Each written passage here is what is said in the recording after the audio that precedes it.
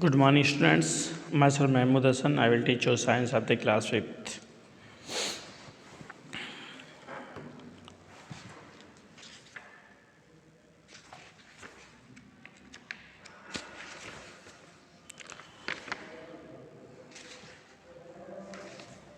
The moon chapter is going on.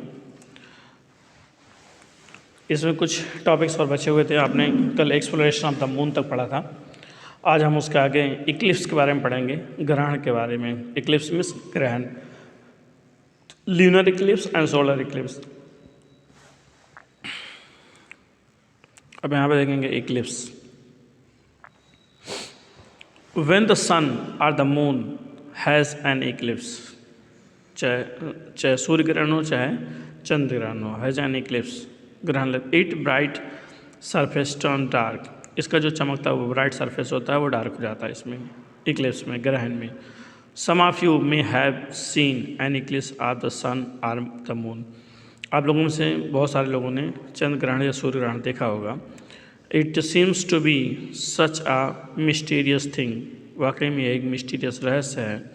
Is actually very simple to understand. बहुत आसान है समझने में.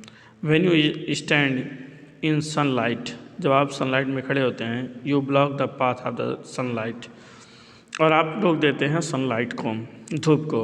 This is because light travel in the straight lines, क्योंकि जो लाइट होती है वो एक स्ट्रेट लाइन में ट्रेवल करती है. And can not get around you, और आपके वो चारों तरफ नहीं जा सकती है.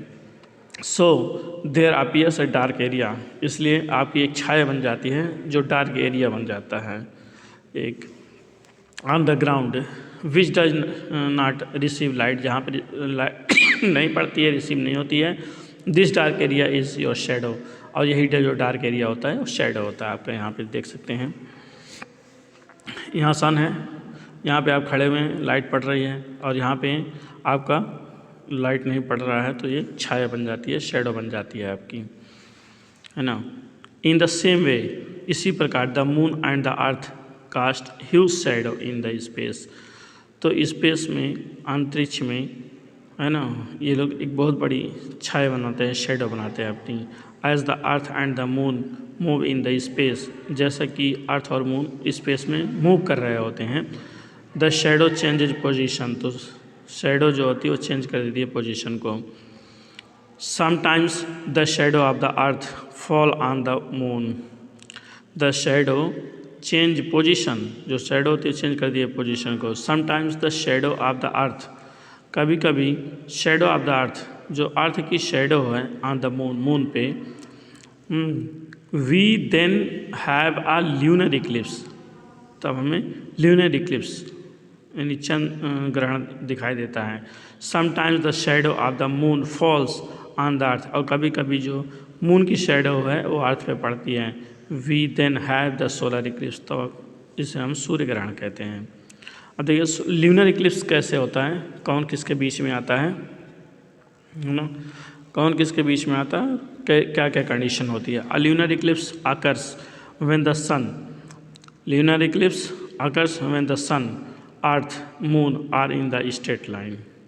अब देखिए सन, अर्थ एंड मून, है ना, यहाँ सन है, यहाँ अर्थ है, यहाँ मून है. यहाँ पे देखिए सन, अर्थ एंड मून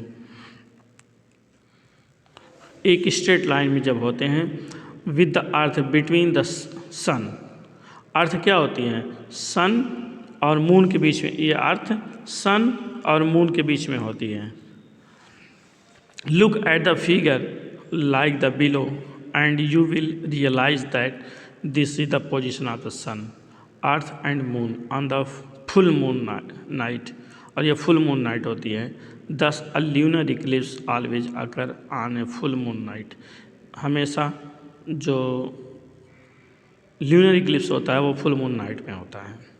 अब यहाँ पे देख सकते हैं, है ना, कि यहाँ पे सन है आपका, यहाँ पे अर्थ है, यहाँ पे मून है. तो अर्थ का शैडो यहाँ पे मून पे डार्कनेस दिखाई देगा, क्योंकि यहाँ सनलाइट पूरा मून पे बनेगी नहीं, वो चमक पूरा तरह से चमक नहीं पाएगा. यहाँ देखो partial lunar Eclipse. When the earth shadow covers the moon completely, जब अर्थ का शैडो मून को पूरी तरह ढक लेता है, we have a total lunar eclipse, तब हम पूर्ण चंद्रग्रहण कहते हैं इसको। If it covers the moon only partial, जब वो आंशिक रूप से थोड़ा सा कवर करता है, we have the partial lunar eclipse, तो हमको उसको पार्शियल ल्यूनर इक्लिप्स कहते हैं, आंशिक रूप से चंद्रग्रहण कहते हैं। The eclipse last only as long as the moon is in the shadow of the earth, और ये तब तक रहता है जब तक कि मून अर्थ के शेडो में, छाया में रहता है। Once it moves out of the shadow, ये शेडो से जब हट जाता है, कौन? मून अर्थ की शेडो से जब हट जाता है, it shines brightly once again, फिर यह दोबारा चमकने लगता है। The eclipse may be as short as few minutes, the eclipse may be as short as few minutes, ये कुछ ही मिनट का होता है, और as long as a few hours, या कुछ घंटों का हो सकता है। सोलर इक्लिप्स, अब सोलर इक्लिप्स में क्या होता है, ये ध्यान रखिएगा कि पहले सन होगा, फिर बीच में अर्थ होगी, और बाद में मून होगा, है ना। बीच में अर्थ, बाकी दोनों साइड में सन और मून होंगे, तो इस कंडीशन में आपका चंद्र ग्रहण होगा, जिसको ल्यूनर इक्लिप्स कहते हैं। अब देखिए सोलर इक्लिप्स, सूर्य ग्रहण। A solar eclipse occurs when the sun, moon and earth are in the straight line with the moon between the sun and the earth. अब यहाँ पे क्या कह रहा है, the sun, the moon and the earth, ये जब तीनों एक स्ट्रेट लाइन में होंगे, तब क्या होता है, सोलर इक्लिप्स, जिसको हम कहते हैं सूर्य ग्रहण, है ना। अब यहाँ कंडीशन देखिए, पहले सन है, फिर मून है, फिर अर्थ है ना। अब यहाँ सन और अर्थ के बीच में मून आ जाता है, और मून की छाया अर्थ पे पड़ती है, तो वहाँ पे डार्क हो जाता है, वही डार्कनेस जो होता है वही सूर्य ग्रहण कहलाता है। तो जहाँ पे डार्कनेस होगा वहाँ के लोगों को सन दिखाई नहीं देगा, कोई लगता है कि कुछ देर के लिए गायब हो गया है, दिन में ही अंधेरा छा जाता है वहाँ पे। Look at the figure, look at the figure and you will realize that a solar eclipse always occurs on new moon day, new moon day पे ही ऐसा होता है। The shadow of the moon falls on the portion of that earth, the shadow of the moon falls, यानी moon की जो छाया है वो पड़ती है ऑन द अर्थ, अर्थ पे। Therefore the people on this part, तो जहाँ पे छाया पड़ रही है चंद्रमा की, वहाँ के लोगों को क्या लगता है, on this part of the earth can not see the sun at all, तो पूरी तरह से उनको सन दिखाई नहीं देता है। We have a total solar eclipse, तो ऐसी कंडीशन में टोटल सोलर इक्लिप्स होता है। इन दीज पार्ट्स, ऐसे क्षेत्रों में, in some parts of the earth,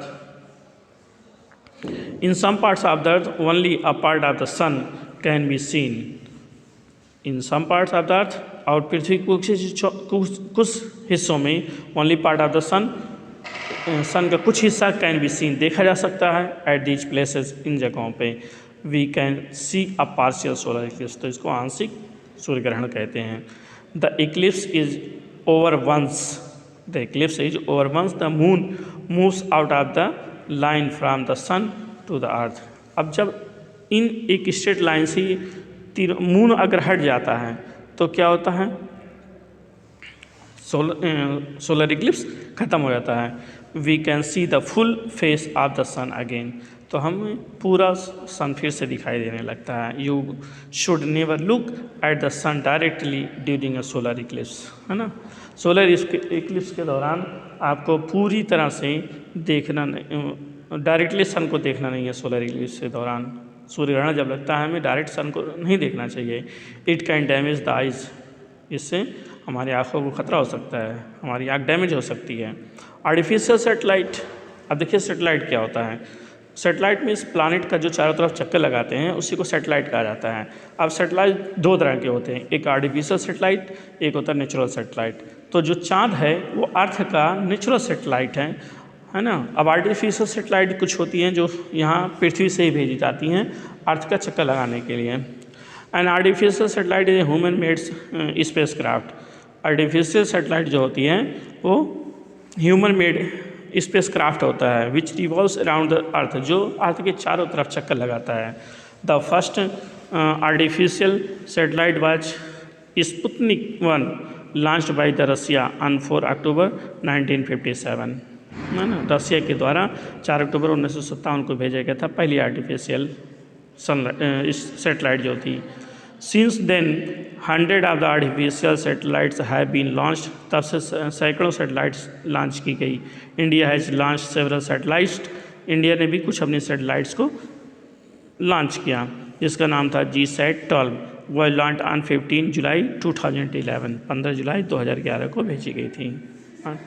note this point, satellites are extremely useful to us, satellites हमारे लिए बहुत यूज़फुल होते हैं, लाभदायक होते हैं। सम आर कम्युनिकेशन सैटेलाइट्स, कुछ कम्युनिकेशन सैटेलाइट होते हैं जैसे GSAT-12, ये कम्युनिकेशन सैटेलाइट्स है which are use to send telephone conversation and the television programs around the world, पूरी दुनिया में जो हम बातें करते हैं फ़ोन से या टेलीविज़न वगैरह चलता है। Weather satellites are use to forecast the weather, और वेदर सैटेलाइट जो होती है वो मौसम बताने के लिए क्या क्या हो सकता है, बारिश, धूप, बदली, ये सारी चीज़ें। You may have seen satellites, you have seen satellite pictures of the cloud over our country shown on TV, जो TV वगैरह पे दिखाता है कि कब बदली होगी, कब बारिश होगी। Such pictures not only help us to forecast the weather but also to give early warning, लेकिन मतलब पूरी तरह से सही नहीं बता सकते, लेकिन यह अर्ली वार्निंग होती है of the dangerous storm and the cyclone, चाहे वो तूफ़ान हो चाहे साइक्लोन हो, उसके बारे में हम अंदाज़ा कुछ न कुछ लगा ही सकते हैं।